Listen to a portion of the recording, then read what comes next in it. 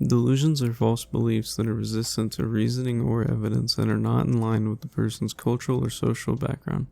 They are often a symptom of various mental health disorders such as schizophrenia or bipolar disorder. Here's a brief explanation of a few different types of delusions. Persecutory delusions. Similar to paranoid delusions, these involve the belief that one is being targeted, mistreated, or harmed by others. However, persecutory delusions are broader and might not involve a conspiracy. These delusions are very diverse in terms of content and can vary from the possible, although improbable, to the completely bizarre. Delusions of persecution have a high likelihood to be acted upon, such as not leaving the house due to fear or acting violently. The persecutory type is a much more common delusion. Grandiose delusions, also known as delusions of grandeur. People with grandiose delusions have an exaggerated sense of their own importance, power, and knowledge. They might believe they have special abilities or connections to famous figures, or that they are destined for extraordinary achievements. These delusions are pretty common, showing up in 2/3 of patients in a manic state of bipolar disorder and half of those with schizophrenia. Grandiose delusions are characterized by fantastical beliefs that typically have a religious, science fictional, or supernatural theme.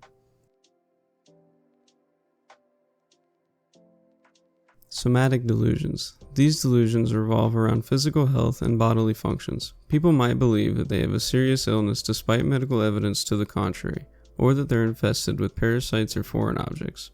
This is not to be confused with hypochondria, as a hypochondriac is willing to entertain the thought that the illness is not real. People with somatic delusions may start to smell foul odors coming from their own bodies. They may also start to have a distorted view of their physical appearance.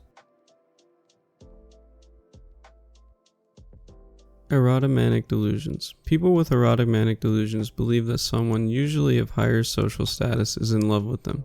Despite having no evidence of a romantic relationship, they still remain convinced. Because this type of delusion is so rare, some psychiatrists may fail to recognize it. Erotomania is more common in women, but men who suffer from it are more likely to exhibit violent and stalker-like behaviors. Delusions of jealousy, also known as Othello syndrome. A person suffering from these delusions typically makes repeated accusations that their spouse or sexual partner is being unfaithful based on insignificant, minimal, or no evidence. They often cite seemingly normal or everyday events or material to back up their claims.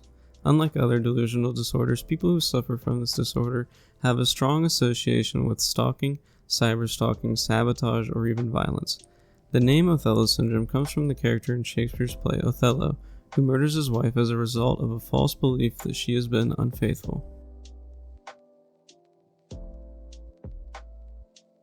Capgras delusions. This is the delusion that a friend, spouse, parent, close family member, or pet has been replaced by an identical imposter.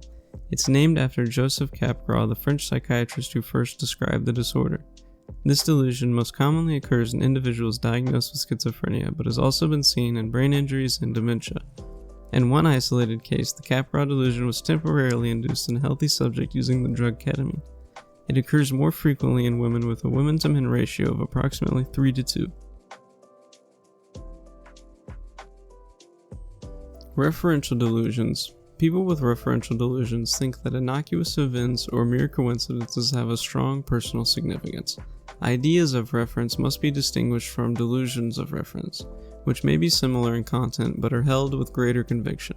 With the former but not the latter, the person holding them may have the feeling that strangers are talking about him or her, but if challenged, acknowledges that the people may be talking about something else, whereas a genuine delusion will be held with much more conviction.